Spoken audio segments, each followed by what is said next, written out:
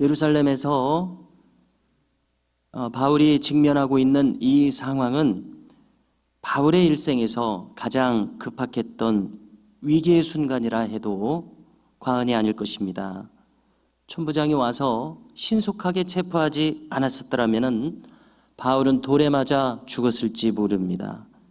그리고 이렇게 로마군 주둔지로 완전히 들어가기 전에 바울이 자신에 대해서 해명하고자 할 때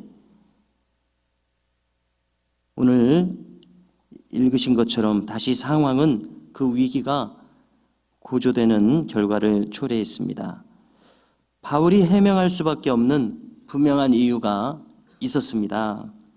그것은 누구보다도 자신이 이 도에 대하여 큰 박해자였었는데 이 도를 따르게 된 분명한 이유가 있었으니 그것은 예수님을 직접 뵈었기 때문이다. 그분은 정말 살아계신 하나님의 아들이시요 메시아이시다. 그분이 나에게 직접 이방인을 향한 전도의 사명을 주셨다. 이러한 요지로 지금 이스라엘 백성들 앞에서 자기 자신에 대해서 해명하는 것 아닙니까?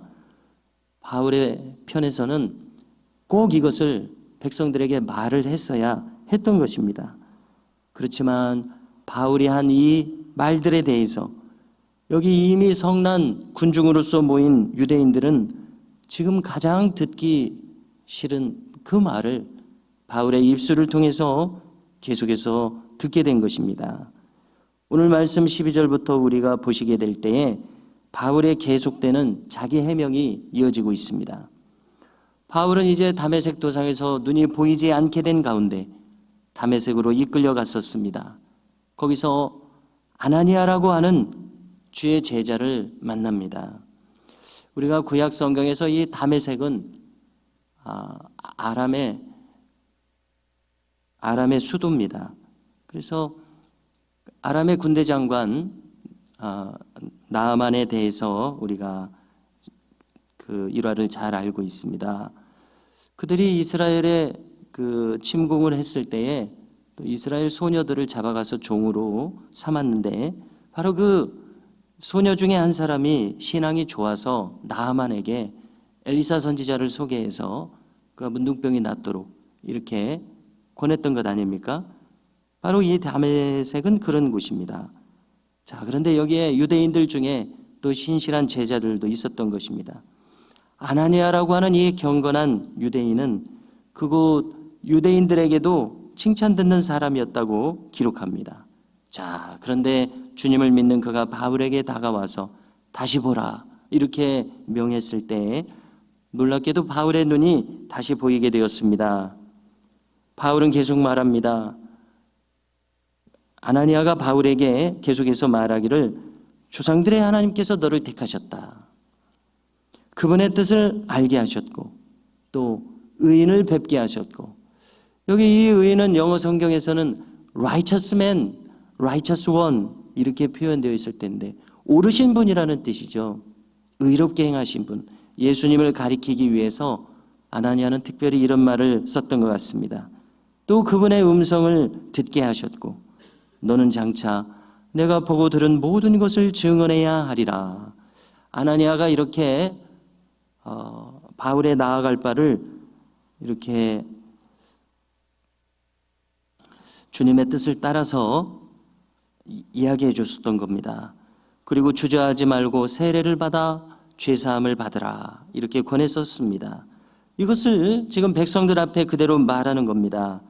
그리고 놀랍게도 바울은 주저하지 않고 그 다음에 예루살렘에 돌아왔을 것 아닙니까? 그래서 성전에서 기도할 때 황홀한 중에 했던 경험을 이야기합니다. 이 경험도 놀라운 경험이죠. 그가 기도할 때에 황홀한 경험을 성전에서 했는데 주님께서 이르셨다는 겁니다. 너는 예루살렘에서 나가라.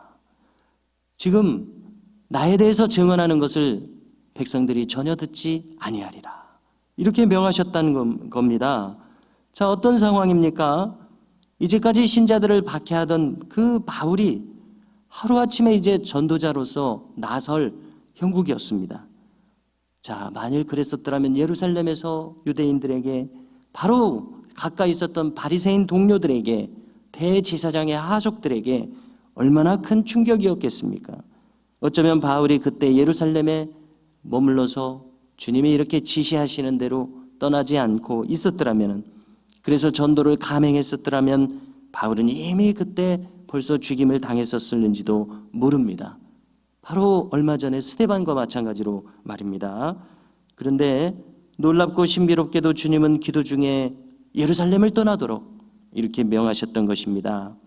그래서 결과를 놓고 보아도 지금 20여 년이 지난 바로 지금에 와서 볼 때에 그때 예루살렘을 떠났었기에 소아시아와 헬라 지역을 두루 전도할 수 있었던 것입니다. 바울은 그때 즉시로 여기 이 예루살렘에서 주님을 전하고 싶었었으나 주님의 조치는 그것이 아니었습니다. 떠나가라, 지금 전하는 것이 아니다. 너를 멀리 이방인에게로 보내노라. 21절입니다. 이것이 바로 주님의 뜻이셨습니다. 이렇게 주님의 뜻은 우리 인간이 헤아리는 것보다 더 먼 곳에, 더 깊은 곳에 있습니다. 주님께서는 작정하신 꼭 알맞은 곳에 자기의 종을 보내시기를 원하시는 것을 알 수 있습니다.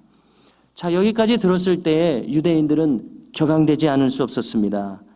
왜냐하면 그들이 조금 전에도 돌로 쳐서 죽이고자 했던 성전 내외로 자신들이 정죄에 맞지 않는 이 바울이 지금 하나님의 역사하심을 거론하면서 자신을 정당화했기 때문에 유대인들은 격앙되었습니다.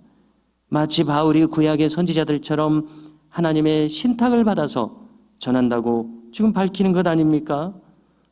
그래서 이 바울의 말을 듣고 있다 보면 여기 있는 이 군중들은 자신들이 부정당하는 그러한 느낌이 들지 않을 수 없었습니다. 그래서 그들은 한껏 격앙되어서 이러한 자는 세상에서 없애버리자, 살려둘 자가 아니다, 이렇게 외쳤습니다. 그리고 옷을 벗었습니다. 그리고 티끌을 날렸다고 하는데 무슨 의미입니까? 정말 다시 한번 돌로 바울을 치고자 의도했던 것이죠. 이러한 돌발 상황에서 천부장은 다시 한번 바울을 군중들과 격리시킵니다. 그리고 명령하기를 바울을 결박해서 매를 때리라, 그리고 신문하라, 분명 무슨 이유가 있을 것이다, 이렇게 진상을 파악하고자 했습니다. 이때 바울을 결박해서 신문을 집행하려는 백부장에게 바울은 항의합니다. 나는 로마 시민이라 로마 시민을 재판도 하지 않고 이렇게 죄를 정하지 않은 가운데 채찍질할 수 있는가 항의합니다. 백부장은 그가 로마 시민이라고 하는 이 발언에 깜짝 놀랍니다. 큰일 났습니다. 천부장에게 가서 보고합니다. 그러자 천부장이 당장 달려옵니다. 다시 한번 확인합니다. 과연 내가 로마 시민이냐? 나는 이 시민권을 돈을 많이 들여서 얻었노라. 그러자 바울은 나는 나면서부터 로마 시민이라, 이렇게 답합니다. 당연히 우리가 짐작할 때에 로마 시민은 로마 제국을 대변하는 사람입니다. 그러므로 로마 시민을 함부로 대할 수는 없습니다. 제국을 상징하는 것이기 때문입니다. 그래서 천부장은 두려워합니다. 깜짝 놀랐습니다. 바울을 이제 함부로 다루서는 안 되는 것을 깨달았기 때문입니다. 이에 천부장은 바울을 공회에 세워서 정식으로 진상을 파악하고자 합니다. 함부로 할 수가 없기 때문에 그렇습니다.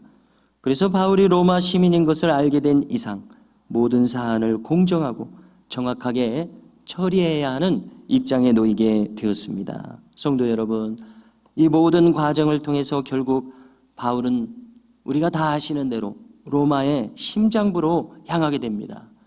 거기서 바울은 자신을 돌아가면서 감시하는 로마의 근위병들을 전도하게 됩니다.